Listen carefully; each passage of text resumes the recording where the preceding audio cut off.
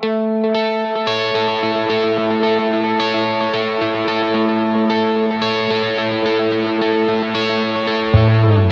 again, everybody. It's Rick Cole with the Pirate People Podcast from North Central Missouri College's Pirates Digital Media.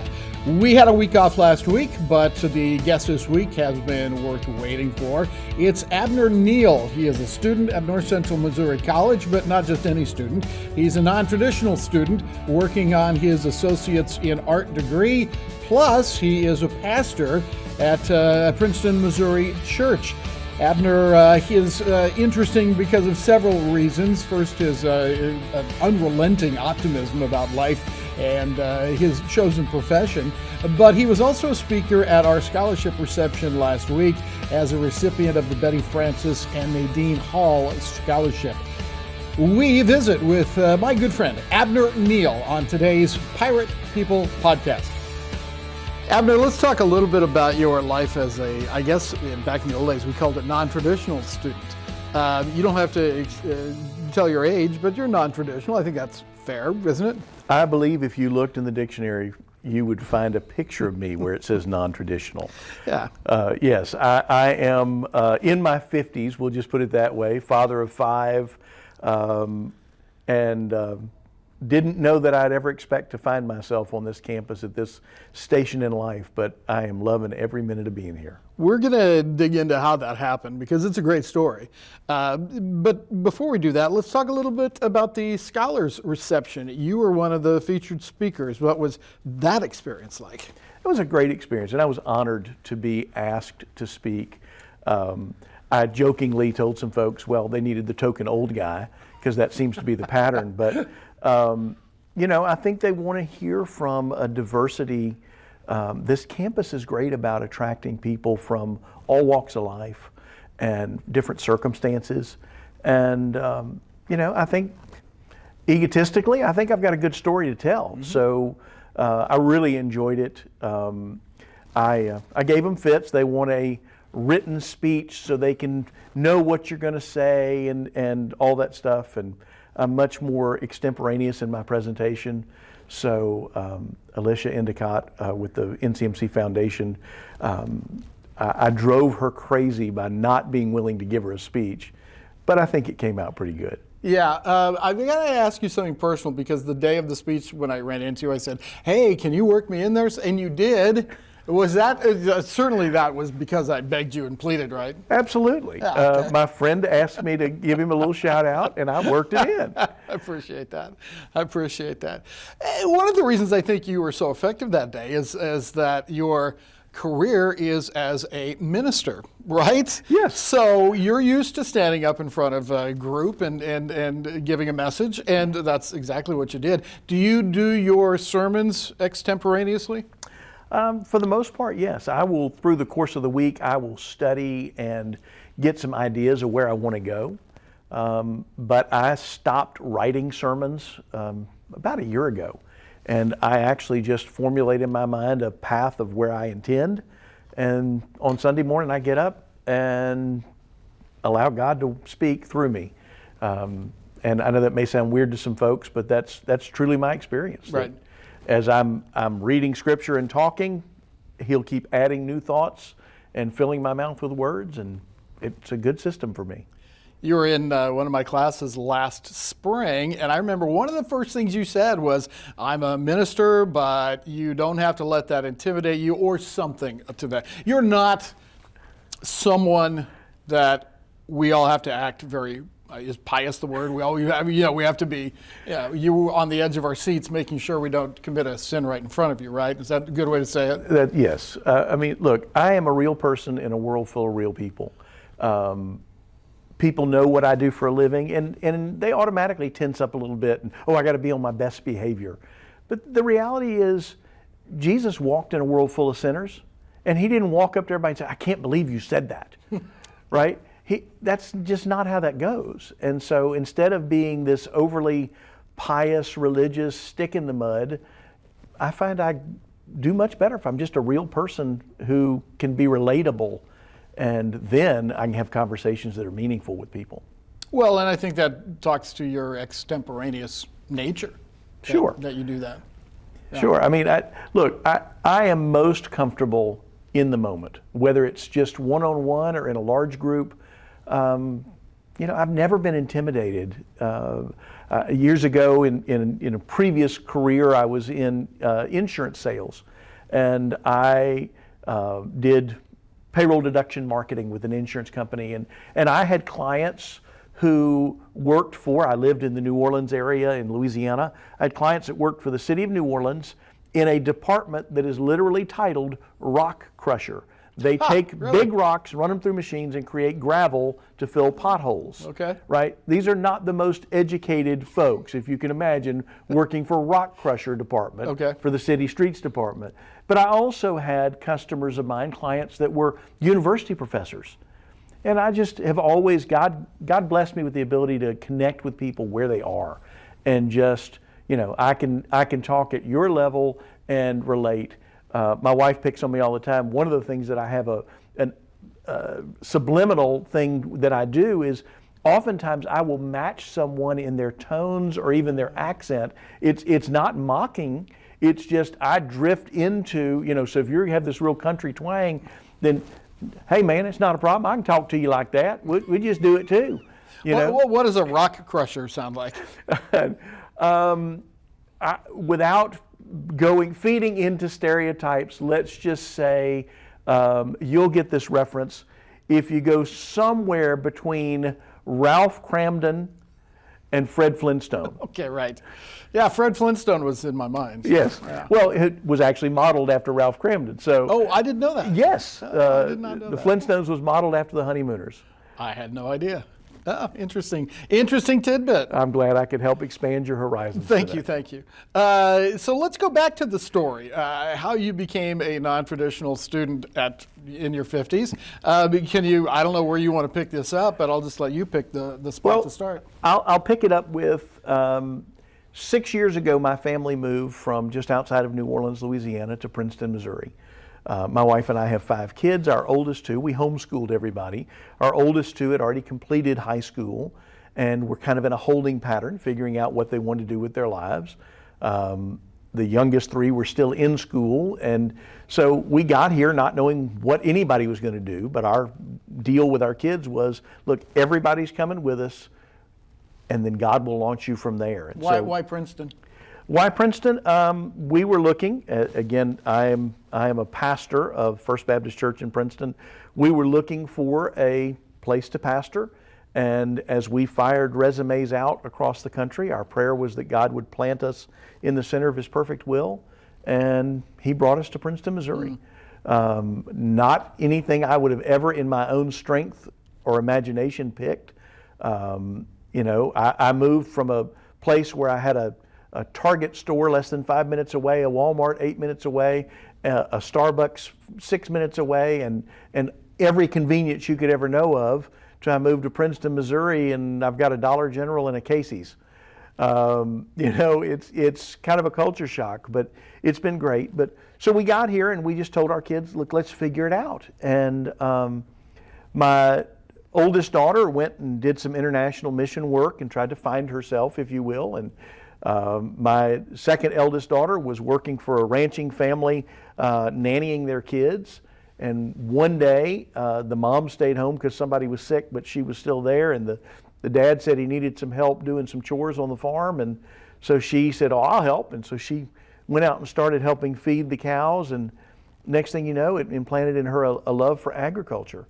And so then I flash forward, and my oldest 2 are enrolled as students here at North Central and pursuing their passions, and they've now graduated and moved on, and then the next 2 also enrolled. And so I said, you know what, the time is right. I have pursued a college education 3 different times prior to this, and life has always gotten in the way. And so I said, you know what, let me go. And so I'm pursuing basically a general studies degree. It's the AA transfer. But it's really more an opportunity. I got to hang out with my kids. We see each other between classes. We hang out in the coffee shop. We hang out in the SSS and do homework. And it's really been a great thing. I mean, you see me in the coffee shop. I'm between classes, and my daughter's in nursing school downstairs, and she'll walk by and on her break from class, and she comes over and gives her daddy a hug and a kiss. Yeah. There's just something about that sets your world on fire.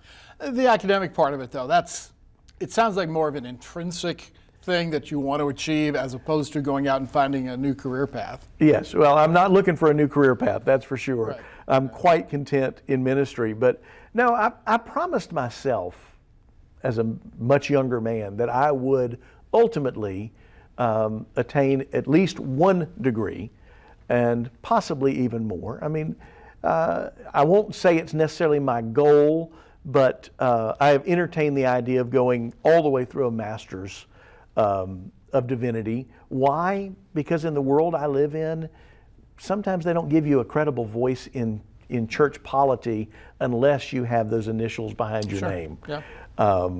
And so it's really more of a societal expectation than it is a personal driving force. Right. But to get an associate's degree from North Central Missouri College, you know what? That satisfies my need. Yeah. Yeah. I just wanted to say I accomplished it. Yeah. Are you on course to graduate in the spring or fall? I will. I will actually walk in May, graduating this spring. And to me, the cherry on top of the whole thing is my son Edward and I will walk together. And then that afternoon, my daughter Riley will walk with her associate's degree in nursing as an RN.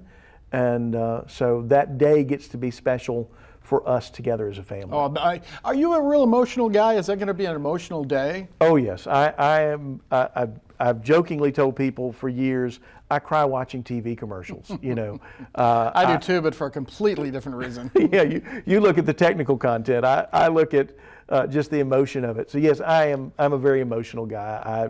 I laugh, I cry. I am a man of feelings. Let's put it that way. Right. How does that play into your role as a pastor? I think it gives me an advantage over some others. There's some guys that do this as a job, and it's very clinical for them. For me, I always try to connect with people, and I always try and treat people the way I would want to be treated, and that I find that empathy goes much further than sympathy.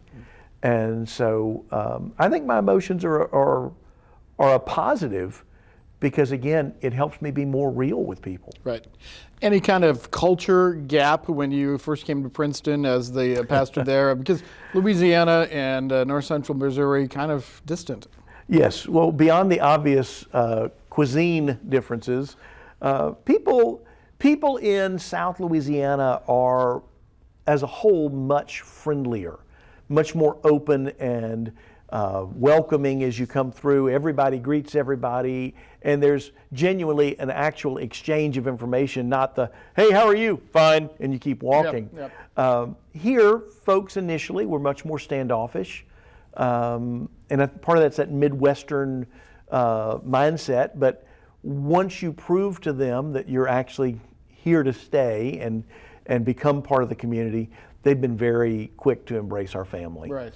Yeah, the Midwest nice kind of thing you found. Yes. But it only lasts for, I think, so long, right? Yeah, the honeymoon was very brief. Yeah, was it? Preparation, you talked about you kind of go extemporaneously, but what's the long-term preparation been for you in terms of your religious beliefs? How did you grow up, and did you see yourself becoming a pastor at any time? So I grew up, I tell my story this way. I was an unchurched child. My mom and dad, my dad was a hippie wannabe coming out of the 60s, and religion of any form had no interest to him. And so I was 10 years old, and other than the few occasions where I'd go to church with my grandparents or a great aunt and uncle when we'd go visit them, we just didn't go to church. We moved in 1978 when I was 10. We moved to Ponchatoula, Louisiana to be closer to my dad's parents and started attending church with them because in the Bible Belt, it is absolutely expected that everybody goes to church on Sunday morning, regardless of desire. It's just what you do. And so if you'd asked me at that point, Abner, do you see yourself becoming a pastor? I don't even know that I saw myself becoming a Christian at that point. Right, sure. I was just a church attender. Did you revolt a little bit? Did you rebel on being forced to go? I didn't rebel overtly. What I did do is when I got into my teenage years, I was really great at getting away with stuff and not getting caught. So, I mean, even to the point that I started singing in the church choir when I was 14, and from 14 to 16, the church we were attending, I was in the choir.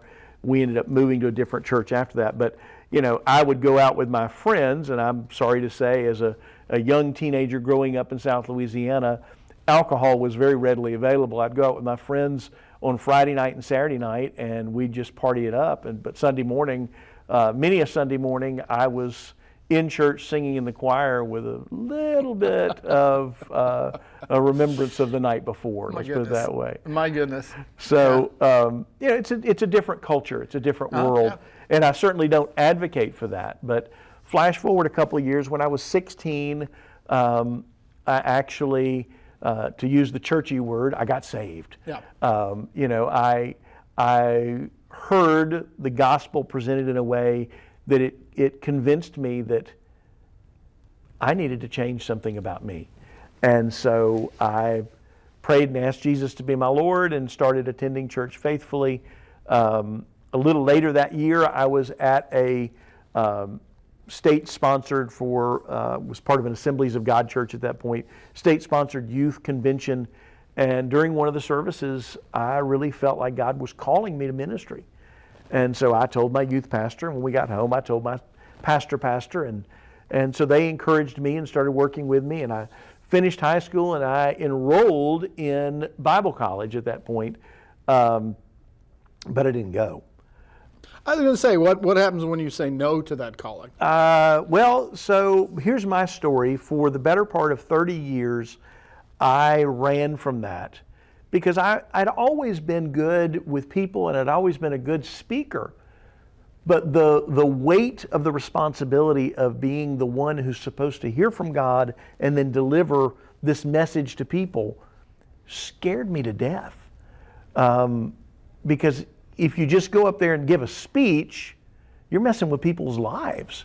And that didn't make me very comfortable. So I looked for every way possible I could still serve God without having to say yes to be the pastor, to be the preacher guy. And so I did every job possible inside of a church as a volunteer that you could really do because I didn't want to be the pastor. So ultimately, God, the Bible says He disciplines those He loves. And I can tell you that for the better part of 30 years, I continued to be that disobedient child who got spanked in many ways by a loving God. And so finally I gave up and got serious and actually enrolled again in Bible college, and this time took classes and did that for almost 2 years.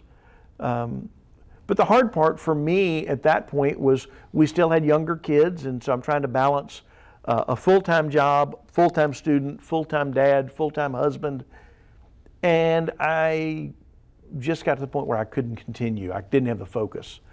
But I had learned a tremendous amount, both through my 30 years of being involved in ministry, plus this year and a half of Bible college that I had done. And so I felt like I was ready. And I started firing off resumes to churches, and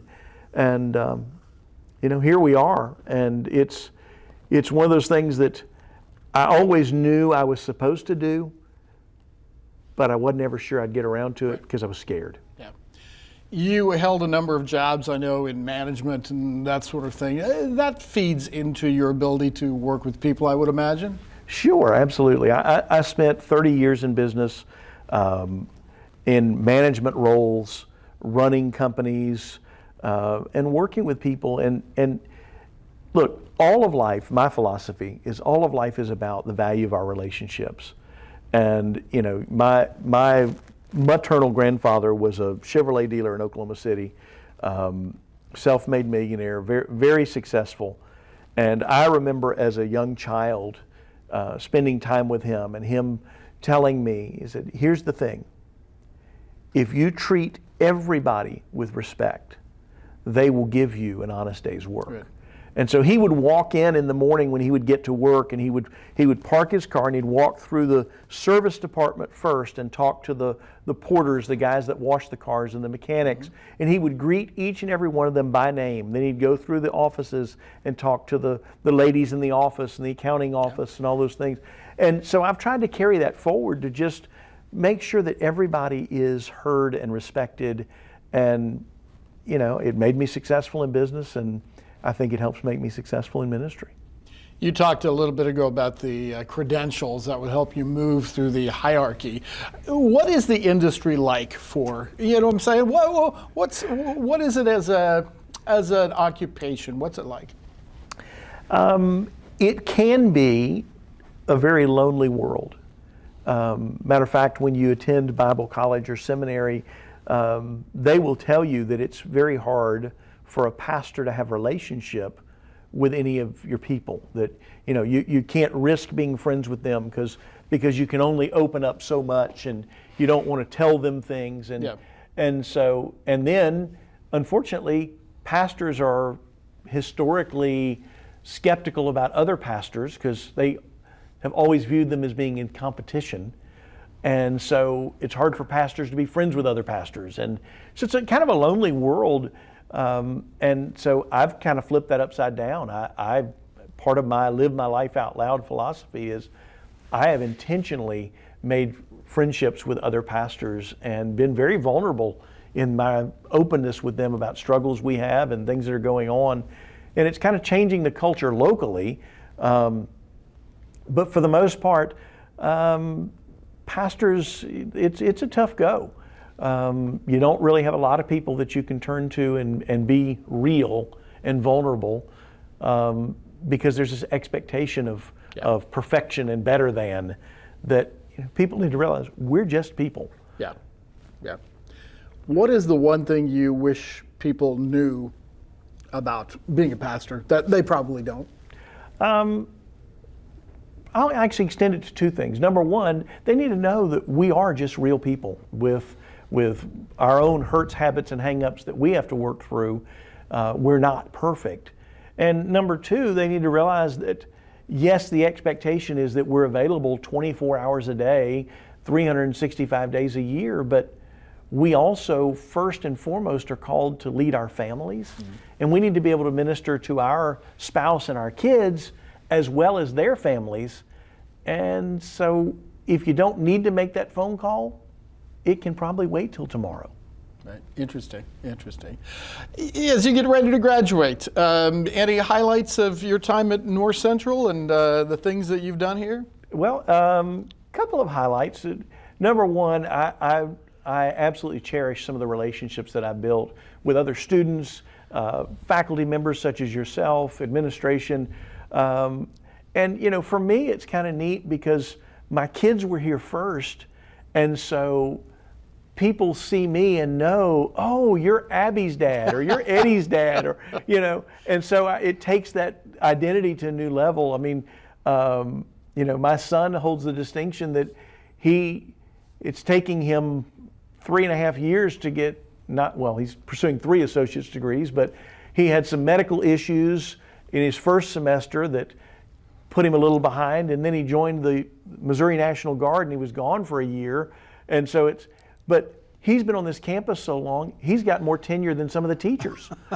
And so it's kind of neat that our family has been impacted, but had such an impact here, kind of changing the culture of this campus. Right.